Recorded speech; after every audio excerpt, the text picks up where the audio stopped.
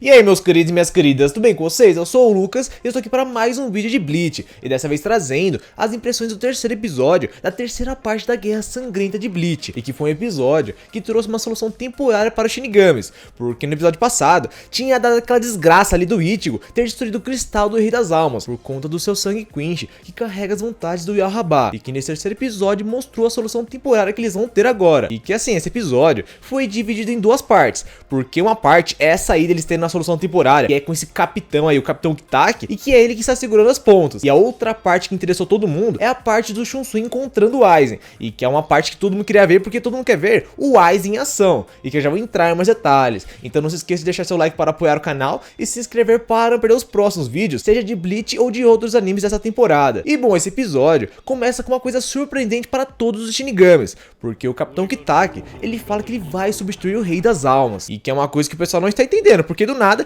ele fala que ele vai substituir o Rei das Almas, porque agora que o Rei das Almas ele foi destruído, está ocorrendo um tremor nos três mundos, e que em breve eles vão ser destruídos, e que para segurar esse tremor, ele fala que ele vai substituir o Rei das Almas, e que logo depois ele explicou como ele vai fazer isso, porque ele começou a rezar para uma divindade chamada Mimi-Hage, e que logo depois ele acabou explicando que essa divindade é uma divindade que ajudou ele desde quando ele era criança, porque foi mostrado que desde que ele nasceu, ele tinha uma condição muito debilitada por conta de uma doença no seu pulmão, e que na verdade era para ele ter morrido há muito tempo, quando ele era criança ainda, e que foi essa divindade que ajudou ele, porque tem essa cena aí do passado dele, e que mostra os pais dele rezando no templo dessa divindade, e pedindo que ela salve o Kitaki, e que assim, ela não curou a doença do Kitaki, mas ela conseguiu salvar ele temporariamente, e conseguiu prolongar a vida dele, e você vê que ele continua doente por muito tempo, porque o anime inteiro, desde o começo do anime de Bleach, quando ele apareceu, ele sempre está muito doente, e também está sempre cuspindo sangue e nunca está quase lutando, já que seu corpo é muito fraco. E bom, nesse episódio, temos uma parte que não tinha no mangá, mas eu acredito que esteja na Light Novel, mas se não tiver, comente aqui abaixo nos comentários se você sabe. Essa parte do passado do Kitaki, mostrando ele um pouco crescido, e logo depois mostrando ele um pouco mais crescido, junto do Shunsui e do Capitão Yamamoto, e que era uma coisa que não tinha no mangá. No mangá, aparece ele falando que ele vai substituir o Rei das Almas, e depois ele explicando um pouco como ele vai fazer isso,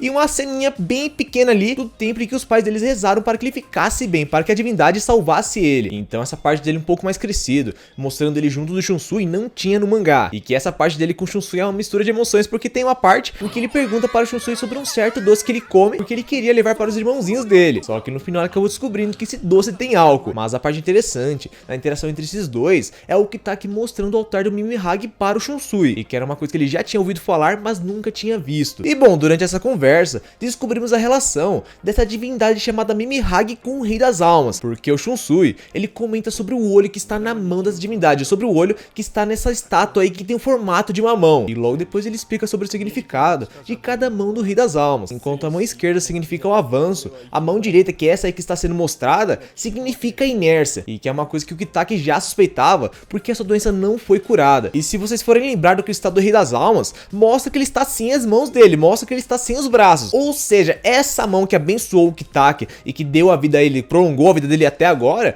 é do Rei das Almas. Então é por isso que ele tem o poder para poder substituir o Rei das Almas temporariamente. E bom, essa parte do passado dele continua e mostra essa parte do Kitaki com a Central 46, falando que ele não quer o novo tenente após o seu ter sido morto, porque ele fala que caso ele não consiga se virar, ele vai acabar morrendo, e que ele fala que eles podem escolher um novo capitão depois que ele morrer. E logo depois mostra a parte de quando o Capitão Yamamoto morreu, e mostra o Capitão Kitaki junto do Shunsui e da Capitão Unohana, até porque são esses três que estão com o Yamamoto há muito tempo. E logo depois temos uma cena da Unohana se despedindo do Kitaki, e ele falando para ela que ele vai encontrar ela brevemente, e que esse diálogo deve ser momentos antes dela ir encontrar o Zaraki, porque ela ia se sacrificar para que o Zaraki liberasse seu poder. Então por isso o tom de despedida dos dois. E logo depois a cena volta para o presente, mostrando o Kitaki continuando seu ritual, e que no processo acaba acontecendo isso aí, o poder Mimi-Hage acaba saindo do corpo do Kitaki, saindo do pulmão do Kitaki que estava sendo protegido por ele, e mostra que o Kitaki está fazendo isso através de um ritual chamado Kamikake, e que é um ritual que nem Urahara sabia que existia, e que esse ritual serve para expandir o poder do Mimi-Hage para todo o corpo do Kitaki, para que o corpo dele pertença a esse deus, para que ele consiga personificar a mão direita do Rei das Almas. E logo depois que ele conclui esse ritual, ele não passa mais de uma carcaça que serve como o braço direito do Rei das Almas. E no final ele acabou explicando para as pessoas que ele já sabia que esse momento iria chegar um dia, porque ele fala que ele não foi salvo à toa, ele foi salvo por um certo motivo, e ele sabia que esse motivo chegaria em algum momento, e que seria esse momento para ele, esse momento dele sacrificar a sua vida que foi salva há muito tempo, que na verdade não era nem pra ter sido salva, para sacrificar agora pela Soul Society. E que assim, é claro que a Rukia ficaria conflituosa,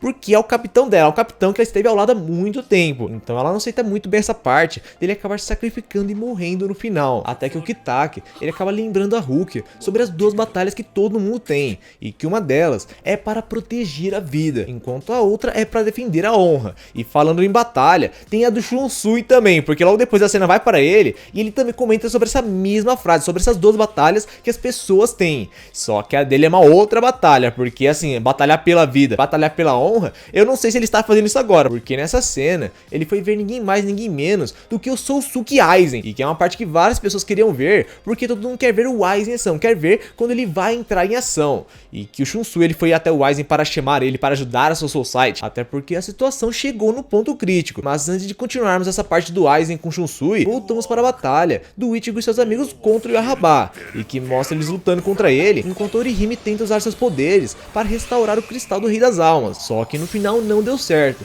e é uma coisa que o Yahaba já sabia disso, já sabia que o poder de uma mana não funcionaria no cristal do Rei das Almas. Só que teve uma coisa que o Yahaba não esperava, porque logo depois mostra o poder do Mimihage tomando conta do corpo do Kitaki e se expandindo em direção ao céu, e logo depois mostrando que o tremor parou, mostrando que o Kitaki conseguiu parar o tremor temporariamente, porque logo depois mostra que o poder que estava saindo dele está segurando o cristal do Rei das Almas, e por isso que o tremor parou, e que foi uma coisa que o Yahaba não esperava. O Yahaba não esperava que isso acontecesse, porque ele não esperava que alguém tivesse o poder do Rei das Almas, tivesse uma parte do poder do Rei das Almas. E bom, como eu disse antes, é uma coisa temporária, porque o Kitaki, ele não tem muito tempo, ele não vai aguentar por muito tempo, até porque não era nem para ele estar vivo, ele só estava vivo por conta do poder desse Mimihage, só que só vai funcionar enquanto o Kitaki estiver vivo. E é uma coisa que a Capitã Soifon já suspeitava, e ela pergunta para o Urahara quanto tempo eles têm, e que ele não sabe o tempo exato que eles têm, até porque ele nem sabia sobre esse ritual, mas ele sabe que eles têm que parar a situação enquanto eles podem, enquanto o Kitaki estiver segurando as pontas. E que assim, o plano do Urahara era mandar outras pessoas para o Palácio Real,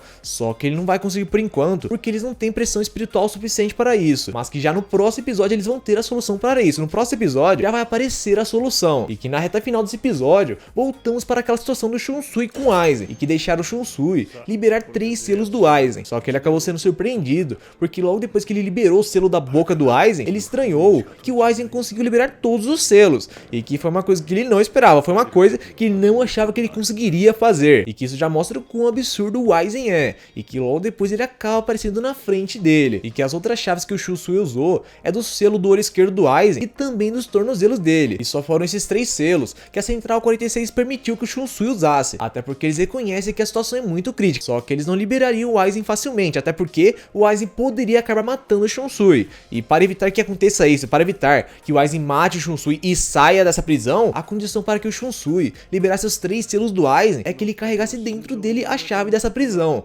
para que caso o Aizen acabe matando ele, essa prisão seja selada para sempre, e assim o Aizen não conseguindo sair dela. Então eles já vieram com um plano para evitar que o Aizen faça alguma coisa, acabe matando o Shunsui e voltando ativa com seus planos, e que é uma coisa que ele já esperava da Central 46, que é a central que ele sempre contestou a vida inteira. E logo depois o Shunsui convida o Aizen para sentar nessa cadeira que é muito famosa por várias pessoas que já viram alguma trend ou um shorts ali que mostra o Aizen nessa batalha aí da Guerra Sangrenta, porque tem vários edits com o Aizen nessa cadeira. Só que no meio dessa cena temos um carinha muito precipitado que acaba indo para cima do Aizen para prender ele, para colocar ele na cadeira imediatamente. Só que o cara foi muito afobado e no final acabou acontecendo isso com ele, e que isso foi só a pressão espiritual do Aizen, só a pressão dele de ter liberado os 3 selos causou tudo isso, mostrando como o Aizen é muito absurdo. Sem ele querer fazer muita coisa, ele já conseguiu fazer isso com a pessoa.